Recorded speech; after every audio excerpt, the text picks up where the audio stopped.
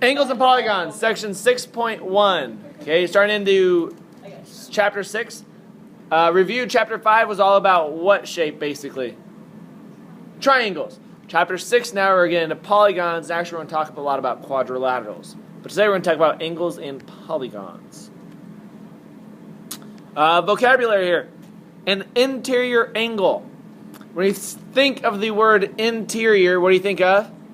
Inside. So an interior angle is an angle inside the polygon. For instance, I will draw a basic quadrilateral here.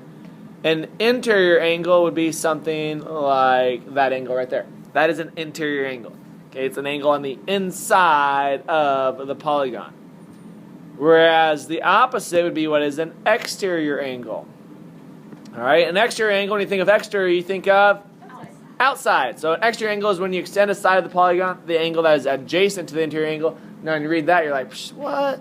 Really, it's just an outside angle. So if I extend a line, it's an angle on the outside. And again, I can extend many lines here, and I get exterior angles. Okay, those are exterior angles. The measures of interior angles of a convex polygon. These are two both important formulas you're going to need today. Not only today, but in the future. The sum of the measures. All right, key here is the word sum. Sum means what? When you think of the word sum, you think of addition, added, total addition here. So the sum of the measures, that means all of the measures added up would give me this formula right here, n minus 2 times 180. Does anybody know what n might stand for?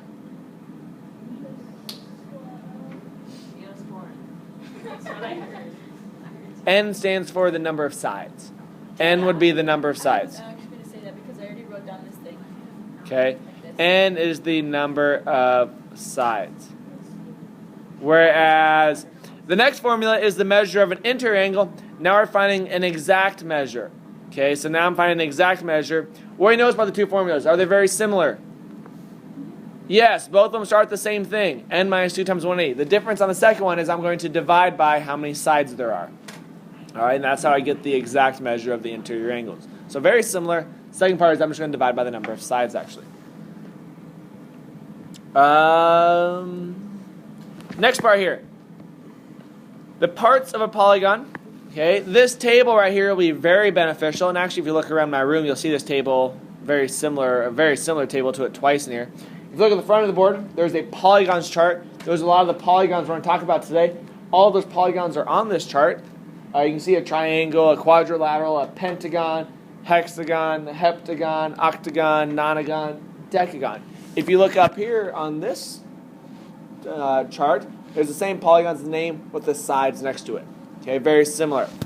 So if I ask you what a nonagon is, you can say that has how many sides, Darian? 9. Nice job. Now, in a polygon, there are 3 different kind of vocab words associated. We have a side. The side is kind of what makes the polygon on the outside of it. All right. We have a vertex. A vertex is, you think about the word vertex, think of the letter V. It's where the point makes a V. Okay. So it's the vertex where 2 sides meet. And then we have a diagonal. And we all know diagonal means cut across, right? So diagonal, you're going from a vertex to an opposite vertex. We have the diagonal there. Some more important vocabulary terms here. We have a regular polygon. A regular polygon has all sides congruent and all angles congruent. Okay, so all sides are congruent and all angles are congruent. When you think of a quadrilateral, now quadrilateral has how many sides? 4. What is a regular quadrilateral called? A regular quadrilateral is called a square. Nice job. What is a regular triangle called? Equilateral triangle. Very good. Those are 2 more precise names for those 2 shapes. In the future, we'll always just call it like a regular pentagon or regular hexagon and so forth. Convex. Convex. A polygon is convex if all of its diagonals lie in the interior of the polygon. Well, that's not near as good as really when I think of concave. So convex is kind of regular. Concave now is if all the part or at least one part lies outside the polygon. Think about the word concave. What word do you see associated with it? You see the word? Cave. What do you think of when you think of a cave? It's caved in. Recognize down here. That is a concave figure because it is caved in. It is pushed in. I like to think of, like, we all drink pop cans occasionally, right? You probably drink pop. What happens when you squish the can in? That's concave. It's caved inside. That is a concave figure. So concave polygon is when the sides are pushed in. All right. Otherwise, it is a convex polygon. So you look down there, a regular convex polygon, everything is the exact same. You have an irregular convex figure. Irregular means it's not all the same, but yet it's convex. Then you have an irregular concave polygon. This seems like it'll be pretty easy for me. So let's look at these and classify these figures. Number 1, tell whether each figure is a polygon. If it is a polygon, name it by the number of sides. So number 1, is that a polygon? Tigger, what do you say? Yes, it is. Tigger, how many sides does that polygon have? 5. A 5-sided figure is called a pentagon. Does anybody know the famous place named after this? The military base that was bombed. The Pentagon. God, they were original coming up with that name, weren't they? But it's a pentagon. Yeah, it's a 5-sided building there in Washington. Okay. Number 2, number 1. Is that convex or concave? Number 1 would be convex. Nice job. Number 1 would be convex. What about number 2? Is number 2 a polygon? What are you thinking, Jace? Is it a polygon? Yes, it is. How many sides are in this polygon, Tyler? There are 7. 7-sided figures are called a what, Izzy? Do you remember? That is a heptagon. That is a heptagon. And then would that be a convex or a concave heptagon, Tech? That is concave. How do you know that? Yeah, because this part right here is caved in. That part there is caved in, meaning it is a concave polygon. What about number 3 here? Is that a polygon up there? Adam, you're shaking your head no. Why do you think it's not a polygon? Because you said. Because it's curved. Okay, polygons are all about straight sides. Anything that has a curve in it is not a polygon. So what popular figure is not a polygon? A circle. Circles are not polygons. Okay, circles are not polygons. 2 other distinctions of polygons, they have to all meet. For example, if I have a figure that looks just like that, where they do not intersect, that's not a polygon. They have to all be enclosed, and they also cannot cross. So for example, there you see I have like an hourglass figure. That is not a polygon because the 2 lines intersect. Now, somebody's like, well, that could be 2 polygons. If they distinct that, maybe, possibly. But as you see, there are 2 lines crossed. That is not a polygon. All right, so yeah, number 3 was no. As we continue here, number 4, I want to tell whether each polygon is regular or irregular. Then tell whether it is concave or convex. So number 4, would that be a concave is that a regular or irregular polygon? Morgan, what are you thinking? Regular or irregular? Irregular. It would be irregular because they are not all the same. All right, it is an irregular because it is not all the same. It is irregular. Is it going to be convex or concave, though? What are you thinking, Amy? Convex. That is a convex. That is an irregular convex polygon. What about number 5? I have a triangle here. Is that a regular or irregular polygon, Allie? That is a regular polygon. It is a regular polygon. Is that a convex or concave regular polygon, Allie? Convex. Nice job. Now, something to think about. Can you have a concave triangle? You cannot. You cannot have a concave triangle. That's just kind of a fact. Because think about it, somebody's like, well, if you move the lines the other way, then you just get a triangle facing the other way. If you try and cave it in. Okay. And then number 6 actually shows you if you try to like push in just one side, you get the figure looks like number 6. Number 6, is that regular or irregular, Darian? That is irregular. Is that convex or concave? What do you say, Tiana?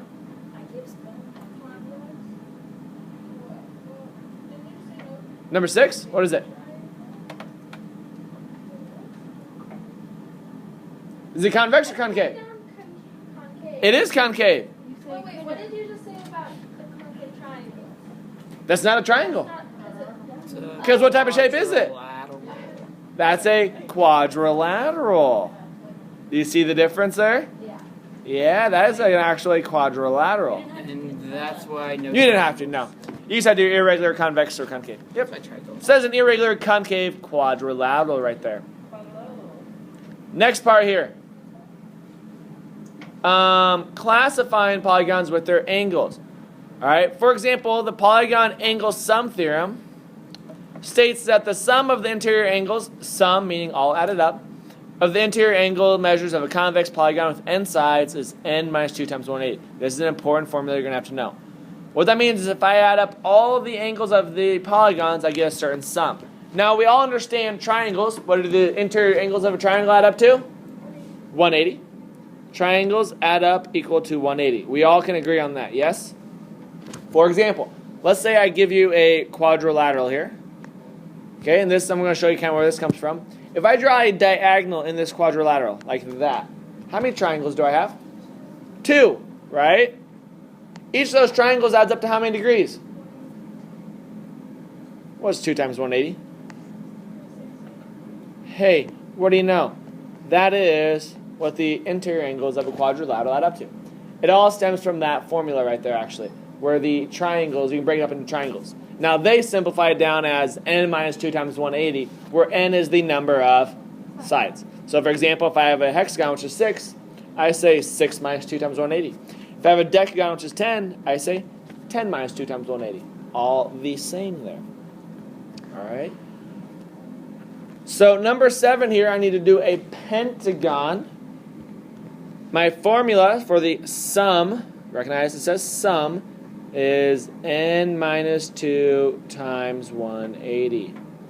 Well, what is n here? N is the number of sides. How many sides are in a pentagon, Tigger? 5.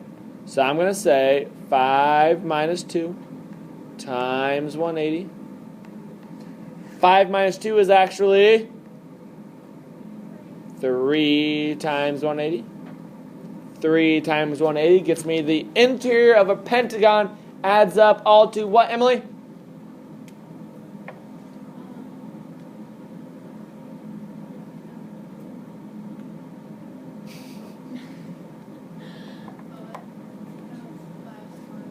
$540 degrees. Thanks, Emily. Nice job.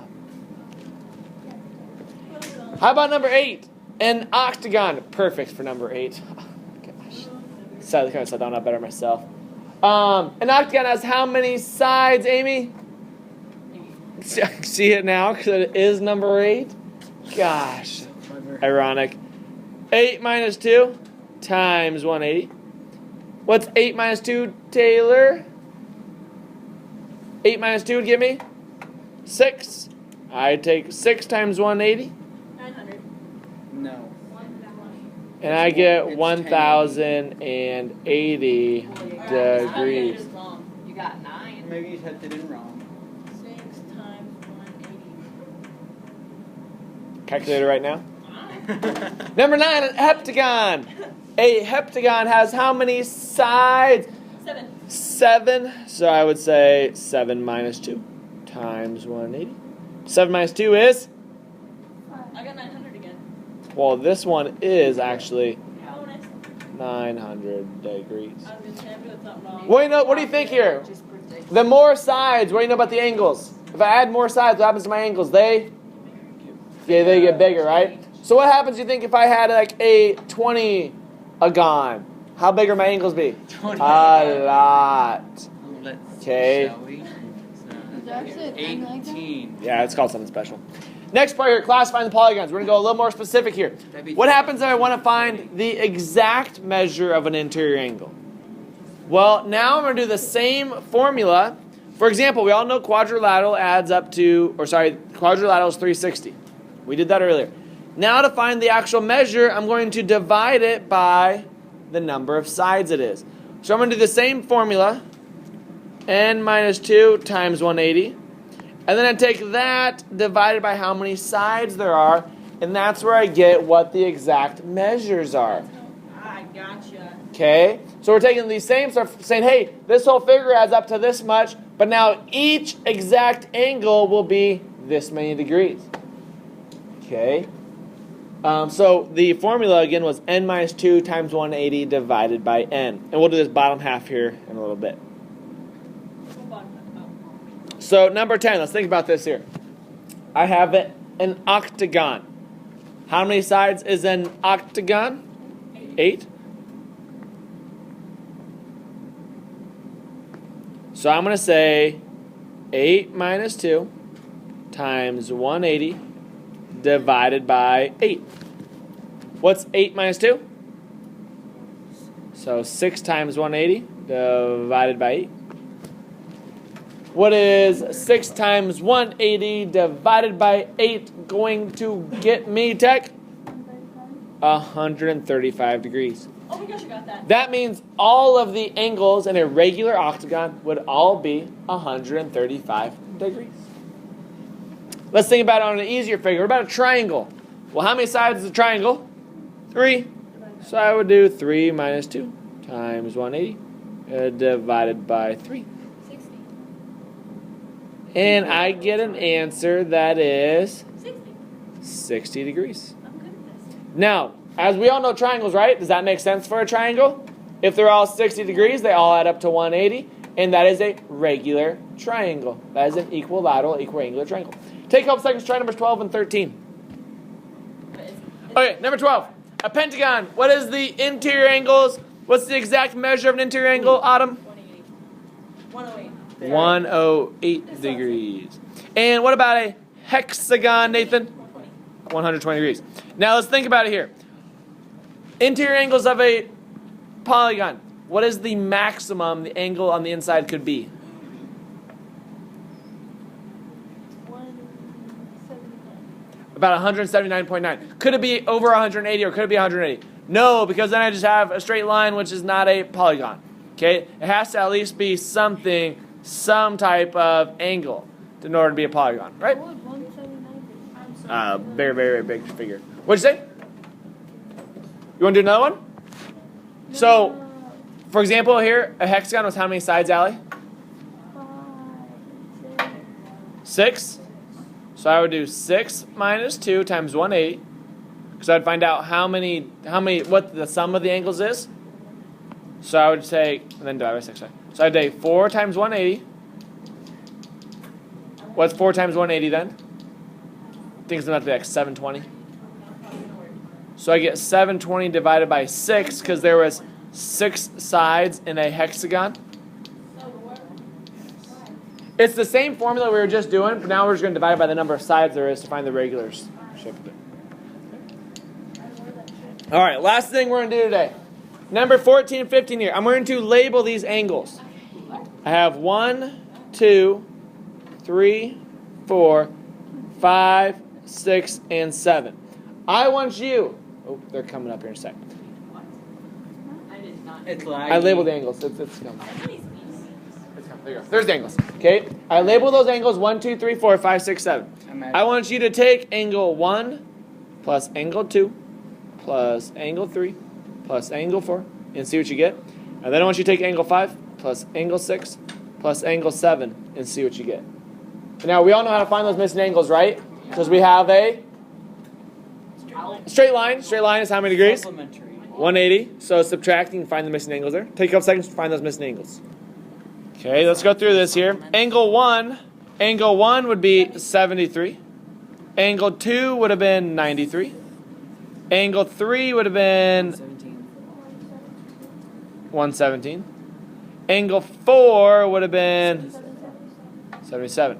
When I add up all those, I get a measure that is 360 degrees. Huh, interesting. Okay.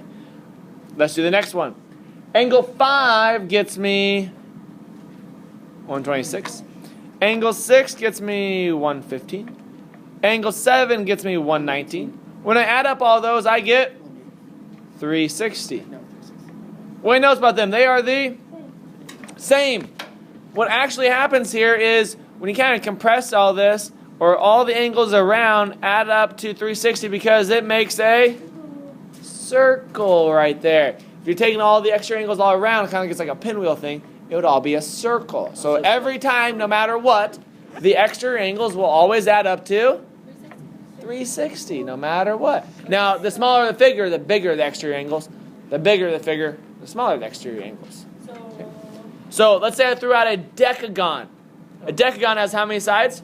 10. What would the exterior angles of a decagon all add up to? 360. Every time, no matter what the figure is, it always up to 360. Nice job. Can I shoot? Here is your Well, you assignment. should just give us